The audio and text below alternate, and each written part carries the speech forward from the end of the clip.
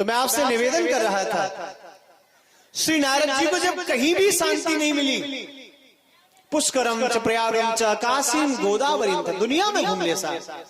देखो मन जब खिन्न हो, जब शांति नहीं मिले, बार बार मन विघ्न पैदा कर रहा है, मन भटक रहा है, तो भैया शांति केवल और केवल भगवान के चरणों में मिल सकती है।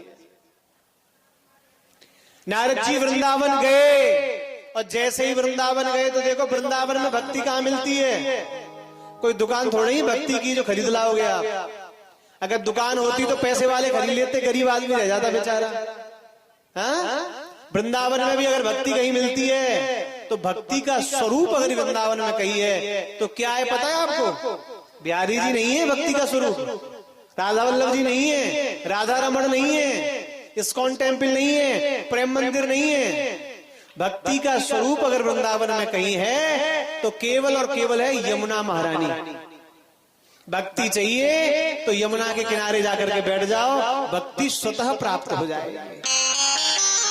भारत की 3 प्रमुख श्रेष्ठ नदियां, अगर किसी व्यक्ति को ज्ञानी बनना है तो सरस्वती नदी के किनारे जाकर के याचना करे, ज्ञानी बन जाएगा।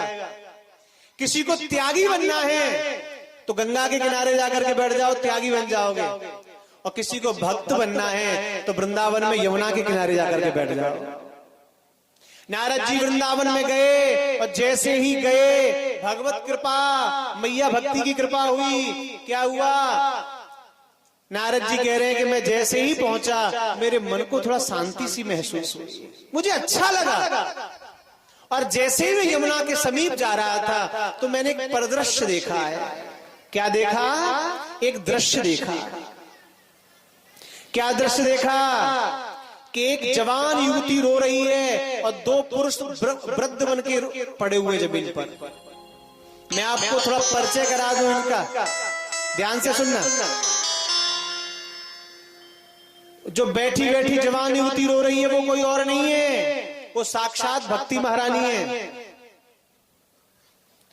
और जो 2 पुरुष मूर्छा में पड़े हैं वो भक्ति के ही बेटा हैं। एक है ज्ञान और दूसरा है वैराग्य। एक बात ध्यान रखना, भक्ति जब हृदय में जागृत होगी तभी ज्ञान वैराग्य का जन्म होता है। भक्ति नहीं है तो ज्ञान वैराग्य हो ही नहीं सकता। आप कितनी भी पोथी पढ़ लेना, कितना भी ग्रंथ पढ़ लेना, लेकिन आप विद्वान बन जाएंगे इसकी कोई गारंटी नहीं है। लेकिन जब भक्ति करने लग जाओगे तो निश्चित आप पर प्रभु कृपा होगा। हमारे दादा गुरु बताया करते थे, बड़ी अच्छी बात थी। एक बार एक भक्त में और ज्ञानी में लड़ाई होने लग गई। ध्यान से सुनना, भक्त में और ज्ञानी में लड़ाई होने लगी। भक्त कह रहा है कि मैं बड़ा हूं, भक्त कह रहा है कि मैं बड़ा हूं, और ज्ञानी कह रहा है कि मैं बड़ा हूं। दोनों आपस में लड़ रहे हैं। अब बताओ, जब भक्त और ज्ञानी लड़ेगा तो भगवान की हंसी होगी कि नहीं होगी? काऊ बाप के 2 बेटा हैं, वो दोनों आपस में लड़े तो हंसी तो बाप ही की होगी। देखो फलाने के छोरा कैसे लड़ रहे हैं।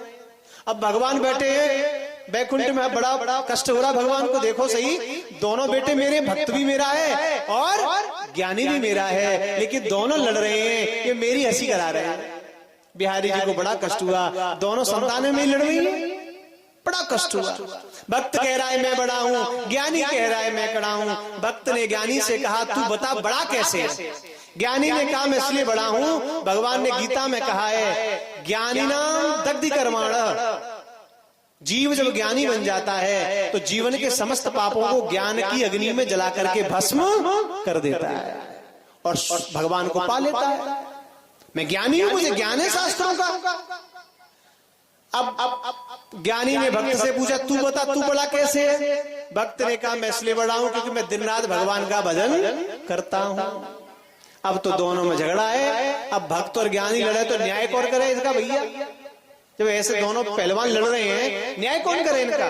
दोनों आपस में लड़ रहे थे। तीसरे सज्जन ने आकर कहा भैया लड़ो मत, आपका निर्णय तो कोई कर नहीं पाएगा, इसलिए एक काम करिए आप दोनों भगवान के पास चले जाओ। वो दोनों भगवान के पास गए और जैसे ही भगवान के पास दोनों गए, भगवान ने पूछा भैया क्यों हंसी कर रहे हो, क्यों लड़ रहे हो? ज्ञानी बोला कि मैं इससे कह रहा हूं मैं बड़ा हूं, अब भक्त कह रहा है कि मैं बड़ा हूं। अच्छा, दुनिया में एक बात ध्यान रखना, बड़े का बहुत चक्कर है, चाहे दही बड़ा हो चाहे कोई भी बड़ा हो, लेकिन बड़े का बहुत चक्कर है। रावण कहे कि मैं बड़ा, तो बाली की कांख में क्यों पड़ा? रावण कहे कि मैं बड़ा, तो बाली की कांख में क्यों पड़ा?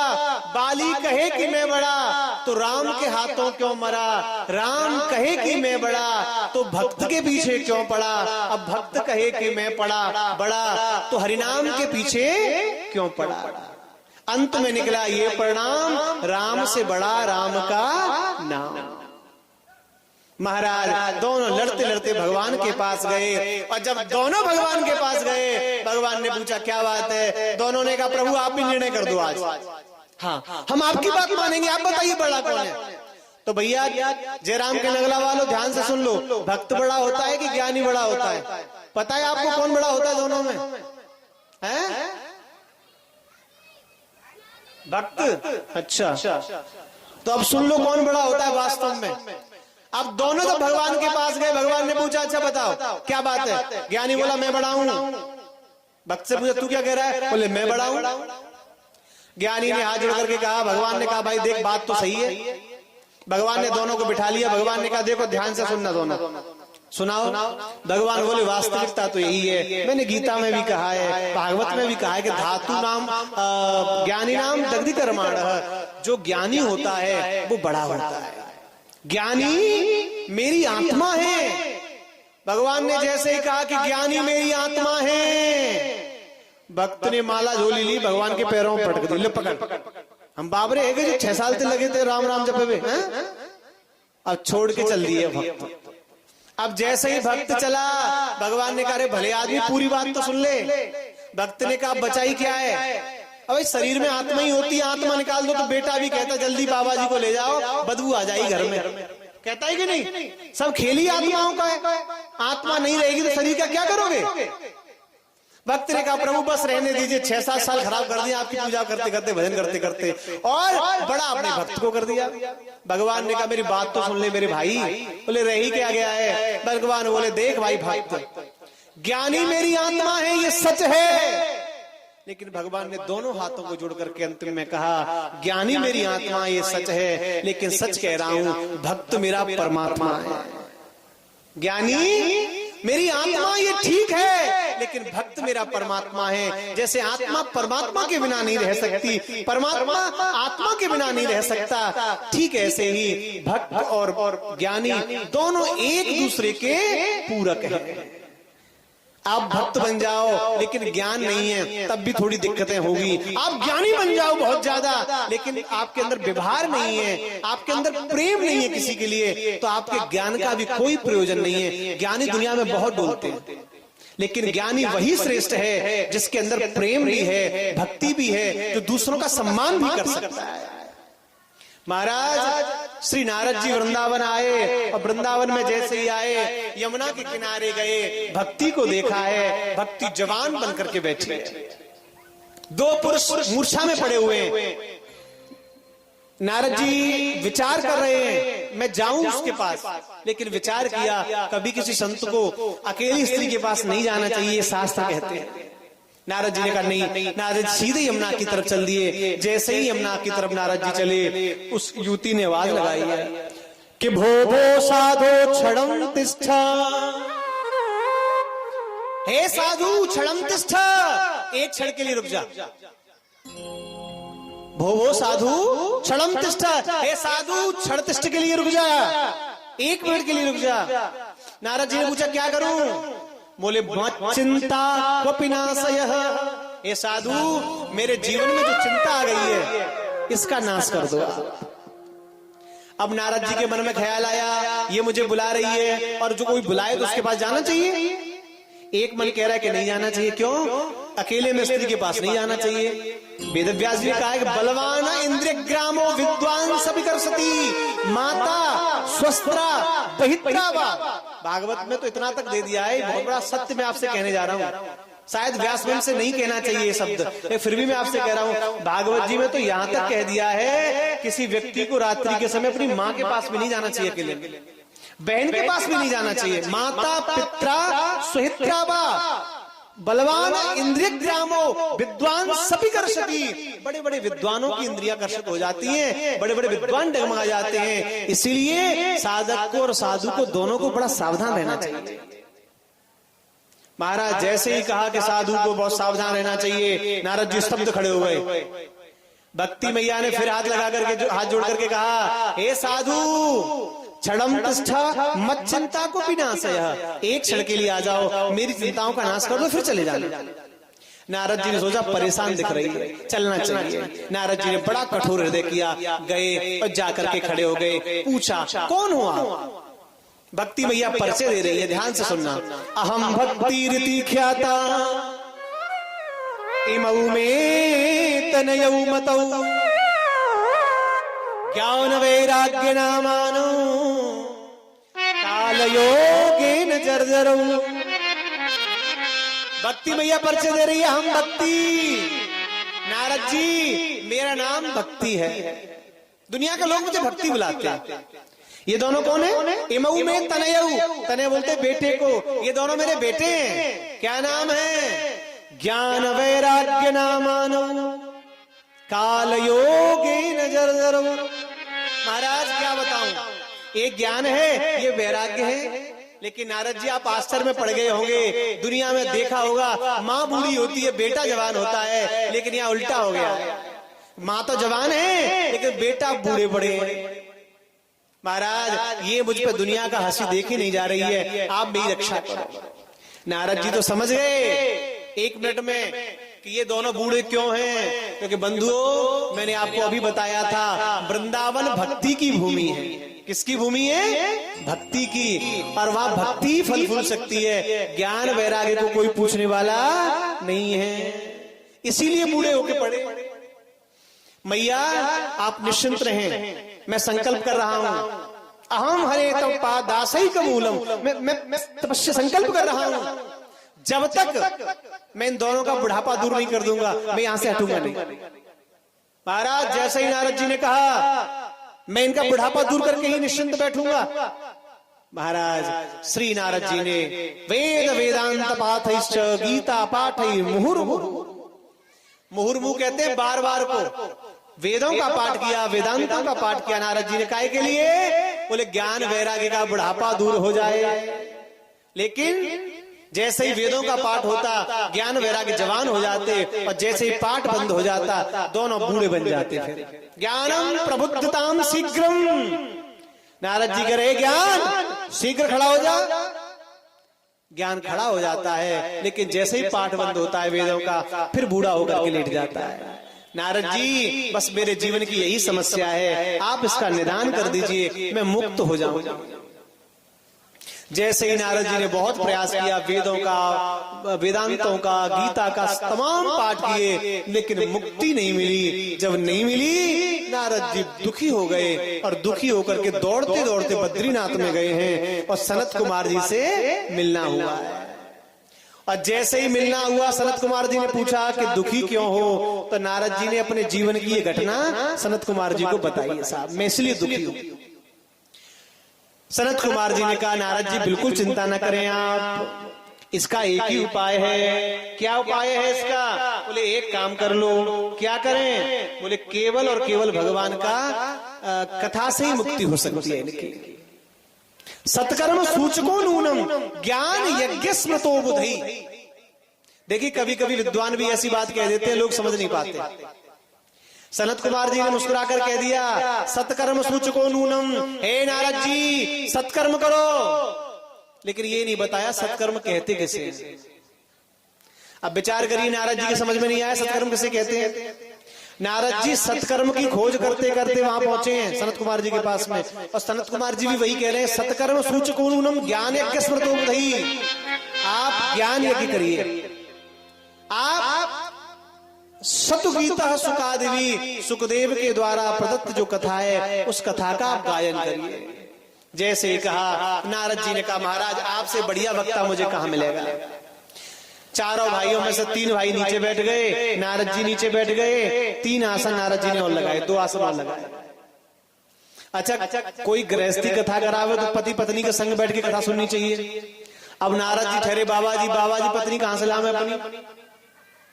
भाई बाबा जी कहां से पत्नी लावे अपनी? तो नारद जी ने क्या किया, एक आसन तो अपना लगा लिया और तीन आसनों लगाए, एक भक्ति मैया का, एक ज्ञान का और एक वैराग्य का।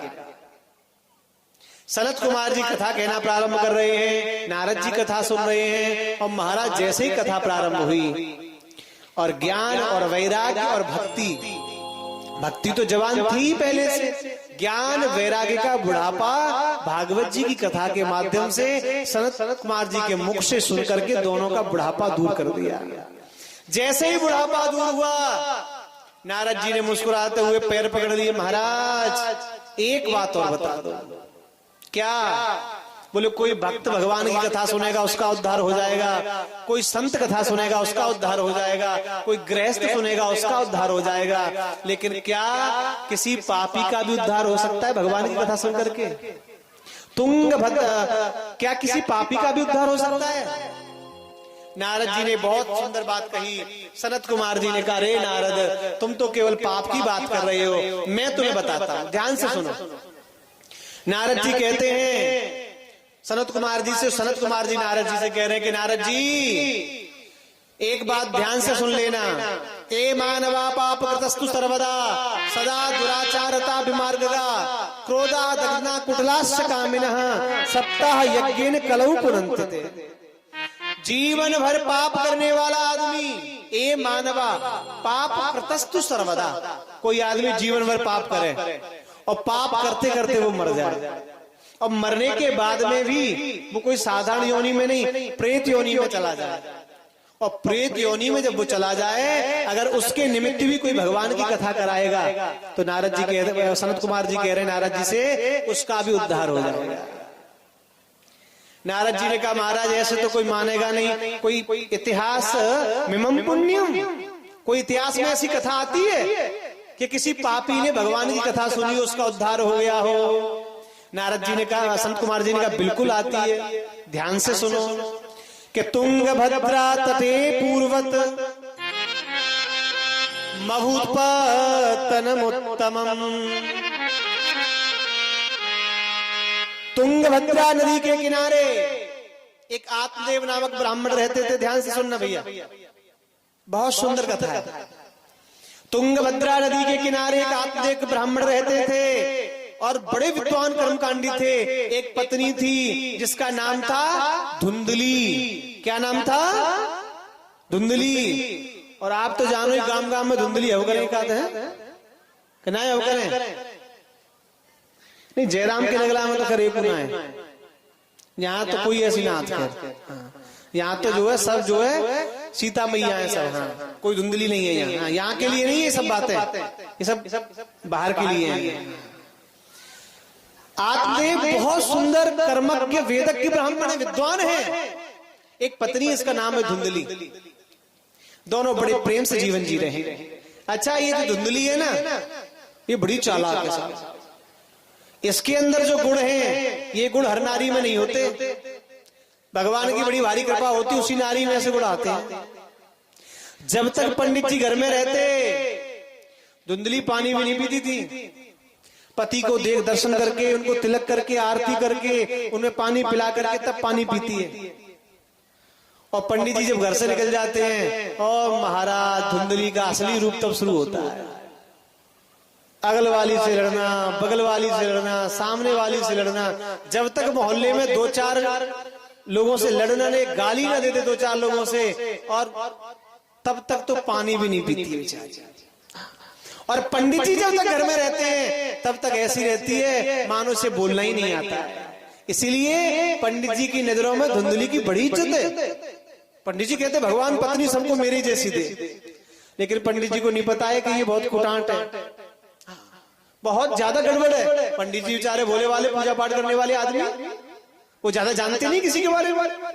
सुबह होता है, पंडित जी पोथी लेकर निकल जाते, शाम को आते, धुंधली दरवाजे पर खड़ी मिलती, होठ सूखे होते। पंडित जी सोचते बेचारी मेरे पीछे तो पानी भी नहीं पीती है, कितनी सुशीला पत्नी है मेरी। महाराज दोनों जीवन को जी रहे हैं, आनंद से जी रहे हैं। समय निकल गया, कोई संतान नहीं हुई। जब संतान नहीं हुई तो एक दिन धुंधली और आत्मदेव दोनों चर्चा कर रहे थे। स्वामी जीवन निकल गया लेकिन कोई पुत्र या पुत्री नहीं हुई अभी तक। महाराज आत्मदेव जैसा वेदज्ञ ज्ञानी ब्राह्मण आज दुखी हो गया। काय के लिए कि मेरे संतान नहीं है कोई। एक बात ध्यान रखना भैया, भगवान की बड़ी भारी कृपा होती है जब संतान नहीं होती। एक संत बहुत अच्छी कथा बता रहे थे, आप लोग भी ध्यान से सुनना। जिनके पास बेटा और बेटी हैं वो कर्जदार हैं, अभी उनके लिए गधा बन के घोड़ा बन के कमाना पड़ेगा। हाँ? बच्चों के लिए कमाना पड़ेगा। और जिनके संतान नहीं है वो पहले ही इन सब चीजों से मुक्त होकर के आए हैं। भगवान ने उन्हें मुक्त कर दिया है पहले ही। उन्हें जरूरत नहीं गधा घोड़ा बन के कमाने के, दो पेटों के लिए कमाए, भगवान का भजन करें। आत्मदेव सुंदर हैं, सुशील हैं, विद्वान हैं, लेकिन एक दिन सामने से पड़ोसी आया और पड़ोसी ने आकर के कहा, अरे पंडित जी क्या बात है, आप दुखी क्यों हो? पंडित जी ने कहा, क्या बताएं, हमारे घर में पुत्र या पुत्री नहीं है, इसीलिए बड़ा कष्ट है। उस व्यक्ति ने कहा, पंडित जी अगर आप बुरा ना माने तो मैं बताऊं आपके यहाँ पुत्र क्यों नहीं है। पंडित जी ने कहा, बताओ। तो कभी कभी अनपढ़ आदमी भी ऐसी बात कर देता है कि विद्वान भी चक्कर में फंस जाते हैं। तो पड़ोसी ने कहा, पंडित जी आपके जो पितर हैं ना वो आपका जलपान नहीं कर रहे, वो दुखी हैं, और जब तक वो जलपान नहीं करेंगे आपका तब तक आपको पुत्र नहीं होगा। अब तो महाराज पंडित जी को बड़ा कष्ट हुआ। पंडित जी ने वचन कर लिया, संकल्प कर लिया कि जब तक मेरे बेटा या बेटी नहीं होगा अब घर में पैर नहीं रखूंगा। पंडित जी वहां से निकल गए, जंगल में गए और जंगल में जाकर के भगवान का भजन करने बैठ गए। और जैसे ही भजन करने बैठे, एक दिन निकल गया, 2 दिन निकल गया, तीसरे दिन एक महात्मा निकल के जा रहे थे। महात्मा जी ने दूर से देखा कोई विद्वान ब्राह्मण है लेकिन दुखी दिखाई पड़ रहा है। वो संत आए, आकर के ब्राह्मण से बुझाए, ब्राह्मण देवता कथम ब्राह्मण दीन मुखा कुतश्चिंता तुरो भगवान। ए पंडित जी महाराज, सकल से तो बड़े विद्वान दिखाई पड़ रहे हो लेकिन चिंता तो हो, दुखी हो। पंडित जी ने कहा, महाराज दुखी तो बहुत हो। क्या बात है? बोले महाराज मैं बहुत पूजा पाठ करता हूँ, जब तक करता हूँ, लेकिन मेरे यहाँ कोई संतान नहीं होती। मेरी तो बात छोड़ दीजिए, मेरे घर एक गाय है, मैं 10 वर्षों से उसकी सेवा कर रहा हूं, लेकिन उस गाय के भी कोई बच्चा या बच्चिया नहीं होता। वो भी बांझ है, मेरी पत्नी भी बांझ है, मेरी गाय भी बांझ है। न जाने कौन सा ऐसा पाप जागृत हो गया है। महाराज जैसे ही कहा कि दोनों बांझ हैं, संत ने मुस्कुराते हुए कहा, कह दिया बढ़िया है, भगवान की कृपा है, भजन करो, दुनिया के चक्कर में मत पड़ो। जैसे ही संत ने कहा कि दुनिया के चक्कर में मत पड़ो, पंडित जी ने कहा, ये ज्ञान मत दो हमें, ज्ञान तो हमें भी बहुत आता है, ये बताओ कि बच्चा कैसे होगा। जैसे ही कहा कि ये बताओ बच्चा कैसे होगा, संत ने कहा कि ये ब्राह्मण बड़ा दुखी है। महात्मा ने जैसे ही ब्राह्मण के मस्तिष्क को देखा और मस्तिष्क को देख करके ब्राह्मण के को महात्मा ने मुस्कुराते हुए कहा, भैया पंडित जी आप तो एक जन्म की बात कर रहे हैं, लेकिन मैं सच्चाई आपसे कह रहा हूं। मैंने आपके मस्तिष्क को देखा है। मुच्चा ज्ञानम प्रजारूपम वलिष्ठा कर्मणो गति। राजन, कर्मों की गति बड़ी बलवान होती है, कर्मों की गति से कोई बचा नहीं है। और मैं सच कह रहा हूं, सप्त जन्मा बधी पुत्रो नहीं वच। पंडित जी इस जन्म की तो बात छोड़ दीजिए, 7 जन्मों तक आपके भाग्य में बेटे का सुख नहीं है। पंडित जी पे तो एक जन्म नहीं कट रहा है, बड़ी मुश्किल से कट रहा है। और जैसे ही महात्मा ने कहा कि 7 जन्मों तक पुत्र नहीं होगा, और पंडित जी तो बड़े दुखी। महाराज पंडित जी ने माथा लिया और संत के चरणों में पटकना शुरू कर दिया, पाहि माम पाहि माम पाहि माम। महाराज जैसे पटकना शुरू किया माथा, महात्मा ने सोचा ये मर जाएगा, और ये मर गया तो ब्रह्म हत्या लग जाएगी, क्योंकि ब्राह्मण अगर मर गया तो ब्रह्म हत्या लगेगी, और ब्रह्म हत्या लग गई तो मैं भी पतन की ओर चला जाऊंगा, मेरा भी नाश हो जाएगा। महात्मा ने पकड़ा, का पंडित जी रोते क्यों? भाग्य में नहीं है, छोड़ दीजिए। महाराज कैसे छोड़ दूं? पुत्र तो चाहिए, और मैं जानता हूं आप कर्मों की गति को भी टाल सकते हो। महात्मा ने देखा ये ऐसे नहीं मानेगा। महात्मा ने एक वृक्ष से फल तोड़ा और तोड़ करके दिया, ले जाकर के अपनी पत्नी को खिला देना, पुत्र होगा। महाराज जैसे ही महात्मा ने फल दिया, पंडित जी घर आए। पंडित जी ने घर आकर के पंडितानी धुंधली से कहा, देवी ये फल आप लो, आप इसे पा लेना, आप इसे पाओगी तो पुत्र आपके होगा। जैसे ही कहा कि पुत्र होगा, अब तो महाराज पंडित जी बड़े प्रसन्न हैं। क्यों? क्योंकि संत ने कहा है, शास्त्र कहते हैं गुरु आज्ञा अवचारणीय, कभी गुरु की संत की आज्ञा खाली नहीं जाती। संत ने कहा है। पत्नी ने फल ले लिया, सुबह खाऊंगी, कल सोमवार है, शंकर जी का दिन है, कल खाऊंगी। पंडित जी सुबह उठे, चले गए भजन पूजा करने, कथा करने। अब सुबह उठी धुंधली, फल लिया, मन में विचार कर रही है, मैंने ये फल खा लिया और कहीं मेरे बच्चा पेट में हुआ। मैं पेट में जब बच्चा होता है तो मैंने सुना पेट बढ़ जाता है। देखो धुंधली किसे कहते हैं? धुंधुम करती थी धुंधली, जो धुंधू करके जलती है, बार बार छोटा छोटा सोचती है। धुंधली ने सोचा कि मैंने सुना है जब नारी गर्भवती होती है उसके पेट में बच्चा होता है, पेट बड़ा हो जाता है, और फिर डॉक्टर लोग मना कर देते, गरम चीज नहीं खानी है, मिर्च मसाला नहीं खाना है, चाट पकौड़े नहीं खाने हैं, और मैं तो चाट पकौड़े के बिना रह ही नहीं सकती।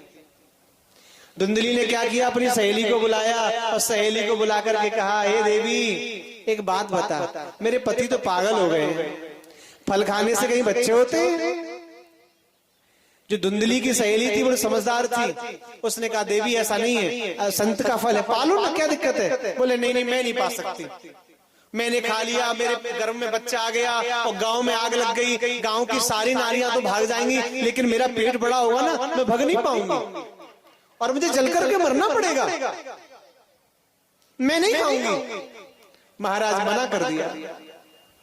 अच्छा धुंधली ने जब बार बार मना किया तो उसकी सहेली ने हाथ जोड़कर एक ही बात कही, देख संत का फल है, खा ले, क्या दिक्कत है? बोले नहीं नहीं मैं नहीं खाऊंगी। तो धुंधली ने कहा, देख देवी एक काम कर लेते दोनों, तेरे क्या बच्चे हैं? बोले 7, 8वां पेट में। एक काम कर, तेरे घर 8 बच्चे होने 7 हैं, 8वां होने वाला है, खाने के लिए कुछ नहीं है, मेरे घर खाने को बहुत है लेकिन खाने वाला नहीं है। एक काम करते हैं, दोनों सौदा कर लेते हैं। अब धुंधली जो ठहरी बुद्धि उसकी ऐसी थी, क्या सौदा करेगी बहन? अपनी सहेली से बोले, अब विचार करो, जो जैसी धुंधली है वैसी सहेली होगी बाकी। ज्ञानी थे ज्ञानी मिले, करे ज्ञान की बात, और मूर्ख थे मूर्ख मिले, हैं? तो धुंधली जैसी है वैसी उसकी सहेली है।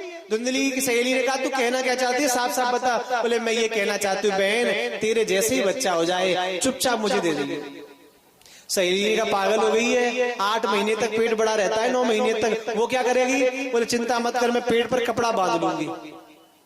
बोले पति को मालूम पड़ेगा तो? बोले मेरे पंडित जी तो बड़े सीधे साधे आदमी, उन्हें कोई मतलब नहीं। अच्छा हाँ, तो एक काम कर, तेरे बच्चा हो चुपचाप मुझे दे देना, मैं उसके बदले में तुझे बहुत सारा धन दे दूंगी। सहेली भी राजी हो गई। अच्छा इस फल का क्या करें? दोनों ने विचार किया, देख तू भी बांझ है, तेरी गयू बांझ है, एक काम कर, इस फल को उस गाय को खिला दे। धुंधली और सहेली गई, फल गाय को खिला दिया। गाय को जैसे ही फल खिलाया और इधर धुंधली, महाराज धीमे धीमे समय निकला है। अब तो महाराज धुंधली ने क्या किया, 2 महीने हुए थोड़ा सा कपड़ा बांध लिया, 4 महीने हुए थोड़ा और बड़ा कर दिया कपड़ा, और जैसे ही 7 महीने हुए और बड़ा कर दिया, 8 महीने हुए तो और कपड़ा बड़ा कर दिया। पंडित जी बड़े प्रसन्न हैं, मैं बाप बनने वाला हूँ, लेकिन पंडित जी को पता नहीं है लीला क्या चल रही है। महाराज समय के सार 9वां महीना 10वां महीना जैसे ही लगा, उसकी सहेली को वायु के वेग के माध्यम से पुत्र को जन्म दिया है। रात्रि में आई, चुपचाप धुंधली को दे गई और बदले में बहुत सारा धन ले गई। पंडित जी ने देखा और विचार किया, मेरा नाम आत्मदेव है, इसलिए अपने बेटे का नाम परमात्मा देव रखूंगा। एक बात ध्यान रखना, जीवन में नाम का बड़ा महत्व होता है। बच्चे का जैसा नाम रखोगे उसके अनुरूप उसके अंदर गुण भी आते हैं। ये लॉजिक है। विज्ञान ने किसको माना है? जीव का जैसा नाम होगा उसके अनुसार उसमें गुण आते हैं। आप देख लेना, जिन लोगों का नाम पप्पू होगा, चिंटू होगा, गुड्डू होगा, उनकी बुद्धि उतनी ही विकसित हो पाती है। वो जीवन में कभी विकास कर ही नहीं पाते। नाम का भी एक समुचित अर्थ होना चाहिए व्यक्ति के का। धुंधली ने कहा, महाराज पेट में मैंने रखा, कष्ट मैंने सहा, नाम आप नहीं, मेरा नाम धुंधली है, इसलिए मेरे बेटे का नाम धुंधकारी होगा। महाराज जैसे माँ का नाम वैसे बेटा को नाम। महाराज कुछ समय के बाद गाय ने भी एक पुत्र को जन्म दिया है। अच्छा, गाय ने जो पुत्र को जन्म दिया, उसकी जो गर्दन है वो तो गाय की जैसी है, संपूर्ण शरीर मानव जैसा है, चेहरा भी मनुष्य जैसा ही है, लेकिन जो कान है उसके वो गाय के जैसे है। पंडित जी ने देखा बड़ा सुंदर बालक है, लेकिन कान गाय जैसे हैं इसके, इसलिए पंडित जी ने उसका नाम रख दिया गौकर्ण। गौ के समान जिसके कान हो, गौ जैसा विद्वान हो, गौ जैसा तीर्थज्ञ हो, उसे गौकर्ण कहते हैं। महाराज गौकर्ण रख दिया। दोनों भाई एक ही साथ पढ़े, देखो नाम का फर्क। दोनों भाई एक साथ पढ़े लिखे, लेकिन समय के बाद में गौकर्ण पंडितो ज्ञानी धुंधकारी महाखलः। गौकर्ण बहुत बड़ा पंडित, बहुत बड़ा ज्ञानी बना है, और धुंधकारी महान खल बना है। बच्चा थोड़ा बड़ा हो, कंचा खेलने लग जाए, समझ लेना ये बिगड़ने के लिए जा रहा है। माँ बाप को कंट्रोल करना चाहिए। शास्त्र तो यहाँ तक कहते हैं, माता शत्रु पिता वैरी एन बालो न पाठितः। जो माँ बाप अपने बच्चों को सही शिक्षा नहीं दे सकते, उन्हें माँ बाप कहलाने का अधिकार ही नहीं है। शास्त्रों में माँ बाप वही हैं जो अपने बच्चों को सुंदर शिक्षा दें। वेद का सूत्र है, माता शत्रु, जो माँ अपने बच्चे को सुंदर शिक्षा नहीं दे सकती वो शत्रु है। पिता बैरी, पिता बैरी है जो बच्चे को पढ़ा नहीं सकता। एन बालो न पाठितः, जो माँ बाप अपने बच्चों को नहीं पढ़ा सकते वो शत्रु है बच्चे। महाराज आत्मदेव चाहते हैं बच्चा पढ़े, लेकिन गौकर्ण जी तो पढ़ करके ज्ञानी बन गए और धुंधकारी महान खल बन गया। ऐसा वैसा खल नहीं, जैसे ही घर से बाहर निकलता, अकेले में इधर उधर देखता, कोई छोटा मोटा बच्चा दिख जाता, उठाता कुएं में फेंक देता, अनायास, कोई बैर नहीं है।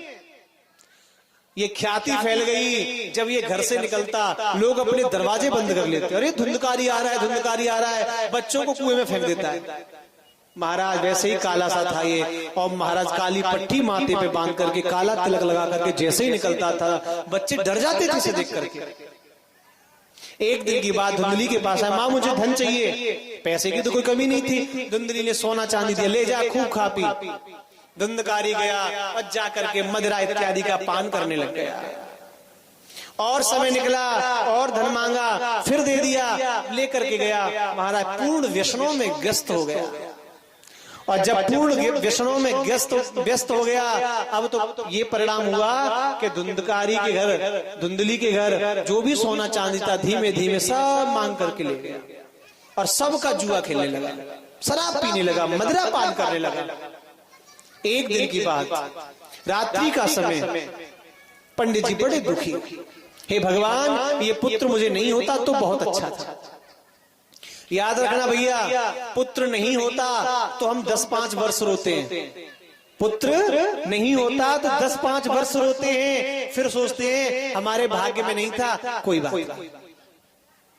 पुत्र होकर के मर जाए, पुत्र हो जाए और होकर के मर जाए, 10-5 महीने रोते हैं। था तो सही, लेकिन इतने दिन के लिए दिया था भगवान ने, 10-5 महीने के बाद भूल जाता है।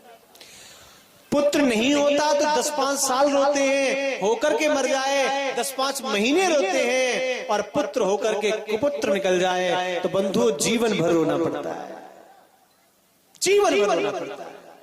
पुत्र नहीं था तब धुंधली और आत्मदेव बहुत खुश थे, लेकिन पुत्र हुआ और होने के बाद में ऐसा नालायक निकल गया कि दिन रात परेशान कर रहा है। बहुत दुखी है आत्मदेव। एक दिन रात्रि का समय है, आत्मदेव रो रहे थे, धुंधली सामने से आ रहा था, मदिरा की बोतल हाथ में लगी थी, पीता हुआ चला आ रहा था। और जैसे ही पीता हुआ चला आ रहा था, आत्मदेव ने कहा बेटा तू तूने मेरे मंदिर जैसे इस घर को नरक बना दिया है, तूने मेरे मंदिर जैसे घर को नरक बना दिया है, तू बाहर निकल जा यहां से। जैसे ही कहा कि बाहर निकल जा, अब धुंधकारी तो नसरा के मद में मस्त था, उसे बोध ही नहीं था। धुंधकारी ने लात का प्रहार आत्मदेव की छाती पर किया है। जैसे ही लात छाती पर मारी, आत्मदेव को वो बात याद आ गई जो संत ने कही थी, बेटा पुत्र नहीं होगा तो कोई बात नहीं है, भगवान को ही पुत्र मान लेना, लेकिन आज ये बड़ा विकट समय आ गया। जैसे ही लात मारी छाती पे, आत्मदेव गिर गए, रोने लगे। धुंधकारी अंदर चला गया, पीछे से गोकर्ण आए, वो भी पिताजी कहा करते थे, पिताजी क्यों रो रहे हो? आत्मदेव ने कहा, बेटा मैंने जिसको इतना पाला पोसा बड़ा किया, इसके इतना खर्च किया, वो बेटा मुझे लात मार कर चला गया। यहाँ आत्मदेव जी को गोकर्ण ने गीता सुनाई है, सूक्ष्म गीता, और एक शब्द, एक श्लोक उसमें कहा है कि देहेस्ते मांसरुधिरे भीमत त्यजत्वयम् जाया सुता सदा ममता विमुच्य। गोकर्ण ने कहा, पिताजी देहेस्ते मांसरुधिरे, पिताजी जो शरीर बना है ना, ये मांस और अस्थियों का बना हुआ है। देहेस्ते मांसरुधिरे, रुधिर कहते हैं खून को। पिताजी ये शरीर हाड़ मांस का बना हुआ है, इससे ज्यादा प्रेम मत करो। वास्तविकता तो ये है, न जाने कितनी बार आप इसके पिता बन गए हो, न जाने कितनी बार ये आपका पिता बन चुका है, किसी को कोई पता नहीं है। और पिताजी आप ज्यादा चिंता न करें, आप ज्यादा चिंता न करें। अगर आप चाहते हो भगवत प्राप्ति, अपना कल्याण, तो पिताजी जंगल में चले जाओ और जंगल में जाकर के भगवान का भजन करो। भजन करने से ही मुक्ति मिलेगी। जैसे ही नारद जी, श्री गोकर्ण जी ने कहा, आत्मदेव को बोध हुआ कि संसार में कुछ नहीं रखा है, घर द्वार सब छोड़कर जंगल में गए। पाठास्य दसम स्कंदस्य पाठात, जाकर के दसम स्कंद का पाठ किया है श्री आत्मदेव जी महाराज ने, और पाठ करके भगवत प्राप्ति से आत्मदेव जी ने की है। घर में रह गई धुंधली। कौन रह गया? धुंधली। अब धुंधकारी आता, धन मांगता, धुंधली दे देती, लेकिन जब घर में कुछ बचा ही नहीं तो क्या दे? मांगा धन चाहिए, मना कर दिया। अपनी माँ के केशों को पकड़ करके धुंधकारी ने पिटाई शुरू कर दी।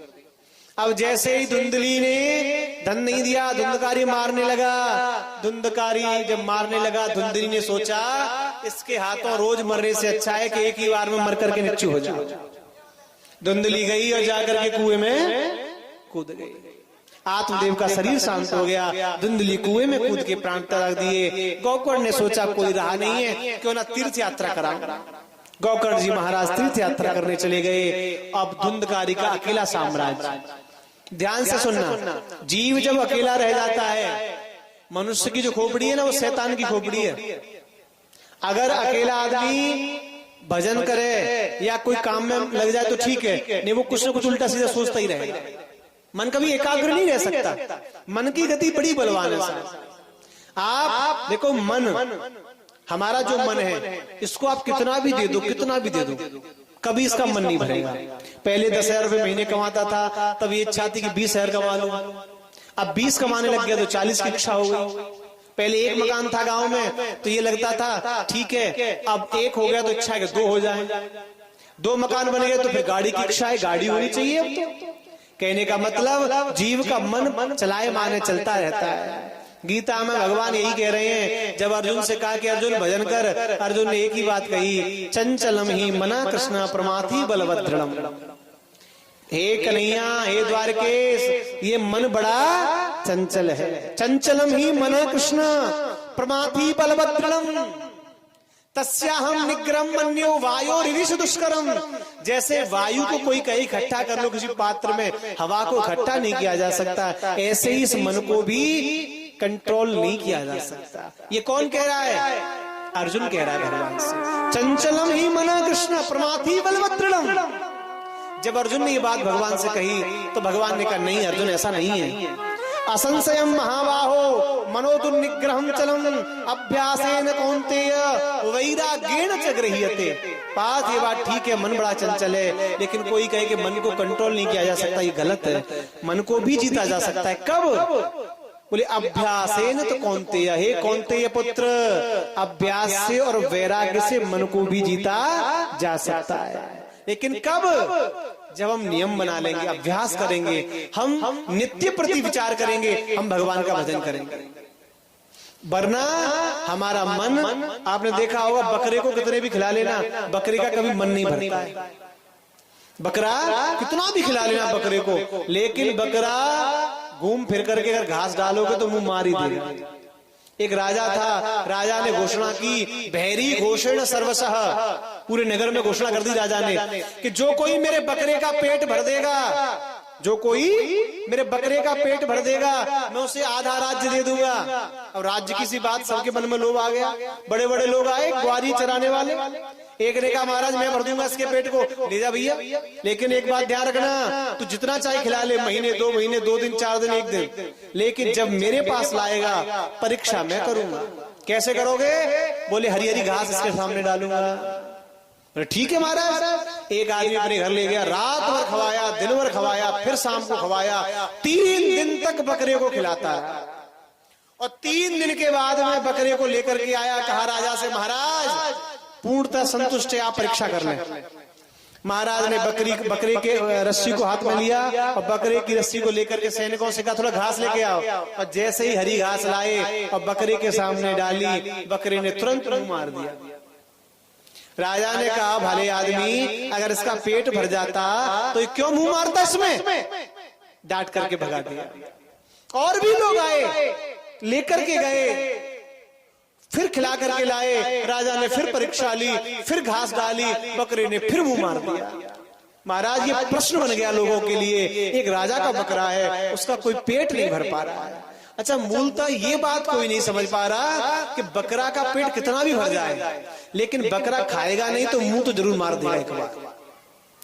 ये स्वभाव है बकरे का ऐसा, लेकिन इसको कोई ध्यान नहीं दे रहा। राजा ने कहा लोग आते जा रहे हैं, प्रैक्टिकल कर रहे हैं, खूब खिला रहे हैं, पिला रहे हैं, 3-3 दिन 4-4 बकरे का पेट महाराज ऐसा कर दिया खिला खिला करके।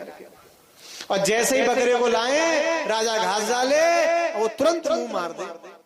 एक महात्मा ने देखा कि गांव में बड़ी भीड़ हो रही है, क्या बात है? लोग चर्चा कर रहे थे बकरे का पेट नहीं भर रहा है, बकरे का पेट नहीं भर रहा है। महात्मा ने कहा हुआ क्या है? महाराज एक बकरा है राजा का, राजा ने कहा कि मैं आधा राज्य दे दूंगा, कोई इसका पेट भर दे।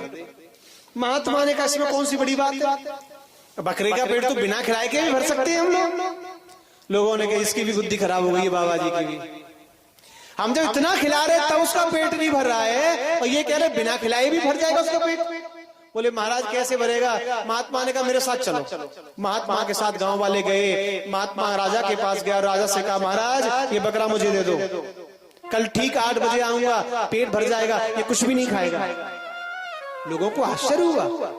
महात्मा अपनी कुटिया में लेकर के बकरे को गए, और बकरे को ले जाकर के कुटिया में महात्मा ने बांध दिया, और बांधने के बाद में महात्मा ने एक नीम के पेड़ से एक हरी लौल तोड़ी, एक डंडी तोड़ी पेड़ से, और पेड़ से डंडी तोड़ करके महात्मा ने क्या किया, हरी हरी घास थोड़ी सी सामने डाली, और जैसे ही सामने घास डाली बकरा ने मुंह मारा, और जैसे ही बकरी ने घास में मुंह मारा महात्मा ने एक खींच के दिया।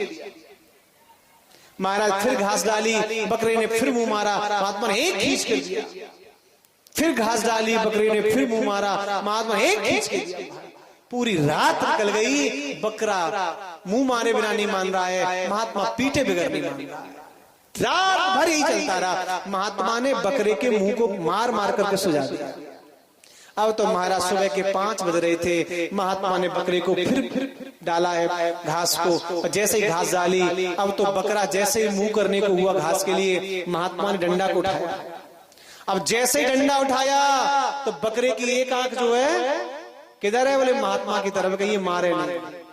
महात्मा ने डंडे को उठाया, कंधे पर रख लिया, बकरे ने घास से थोड़ी सी दूरी बना ली, और महात्मा ने फिर डंडे को नीचे किया। बकरा समझ गया अगर मुंह मारा तो मार पड़ेगी, बकरे ने मुंह को पीछे कर लिया। महात्मा समझ गए अब नहीं मांगेगा ये, अब नहीं खाएगा। महात्मा सुबह 8 बजे और राजा के दरबार में ले गए और कहा महाराज मैंने इसे बहुत अच्छे ढंग से समझा दिया, बहुत अच्छे ढंग से खिलाया, अब कभी नहीं खाएगा ये, बहुत अच्छा कर दिया इसको, पेट भर गया इसका, और ऐसा भर दिया है जीवन में मांगेगा ही नहीं आपसे कभी। राजा ने कहा ऐसा क्या खिला दिया आपने से? राजा ने नीचे से ऊपर देखा, कहा महाराज लग तो नहीं रहा है आपने से कुछ खिलाया, तो भूखा लग रहा है। महाराज प्रैक्टिकल करो, बातों को छोड़िए, प्रमाण हम तत्र गोपिका। जब प्रत्यक्ष हमारे पास कोई चीज है, प्रमाण हमारे पास है, तो लड़ना किस बात का? आप घास डालिए। राजा ने रस्सी पकड़ी और जैसे ही घास डाली, महाराज बकरे ने घास को देखा, पूरी रात का भूखा था, जैसे ही मुंह को उठाया और महात्मा घूम करके आगे चले गए थोड़ा बकरे के। और जैसे ही महात्मा घूमकर आगे गए, महात्मा ने डंडे को उठाया और डंडे को उठा करके जैसे ही कंधे पर रखा, बकरे ने देखा अगर मैंने थोड़ा भी मुंह मारा ये नहीं मानेगा बिना मारे। महाराज बकरे ने देखा महात्मा की ओर और देख करके एकदम झट से पीछे मुंह कर लिया। राजा महात्मा के चरणों में गिर गया और महात्मा के चरणों में गिरकर राजा ने एक ही बात कही, महाराज ये बकरा और कोई नहीं है। ये कथा कोई हंसने के लिए नहीं सुना रहा, ये आध्यात्मिक कथा है। बकरा कौन है? बोले हमारा मन ही बकरा है। ये जैसे बकरे का पेट नहीं भरता, हमारा ये मन कभी भरता ही नहीं। और इस मन को अगर भरना है कैसे भरोगे? बोले ज्ञान के, वैराग्य के जब डंडे में पड़ेंगे तब जाकर के ये हमारा बकरे रूपी मन स्तब्ध हो पाएगा, तभी भगवान का भजन कर पाएगा। अन्यथा ये भगवान का भजन नहीं करेगा, ये तो दिन भर इधर उधर भागता ही रहेगा। बोलिए भक्तवत्सल भगवान की जय जय श्री राधे। बोल बाकी बिहारी लाल की जय।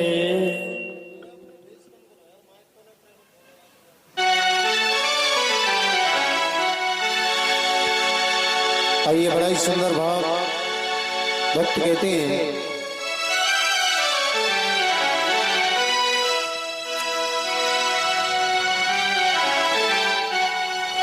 वो तेरा साथ निभाएगा,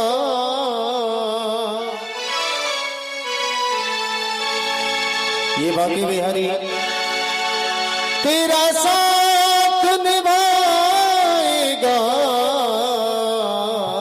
लेकिन कब निभाएगा? विश्वास जरूरी है, विश्वास जरूरी है। तेरा साथ निभाएगा, तेरा साथ निभाएगा, विश्वास जरूरी है, विश्वास जरूरी है। वो तेरा साथ निभाएगा,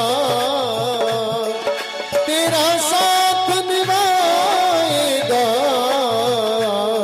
विश्वास जरूरी है, विश्वास जरूरी है।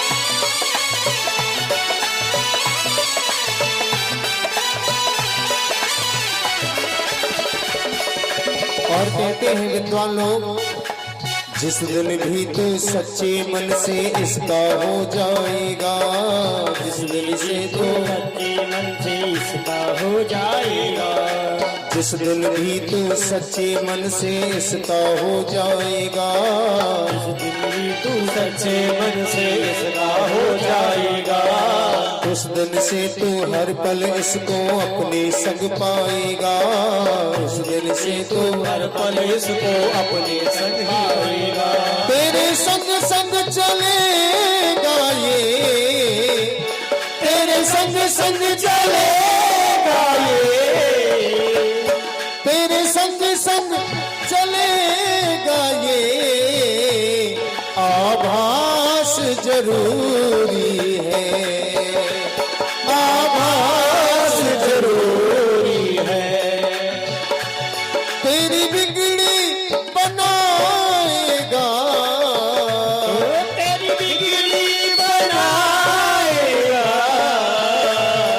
विश्वास जरूर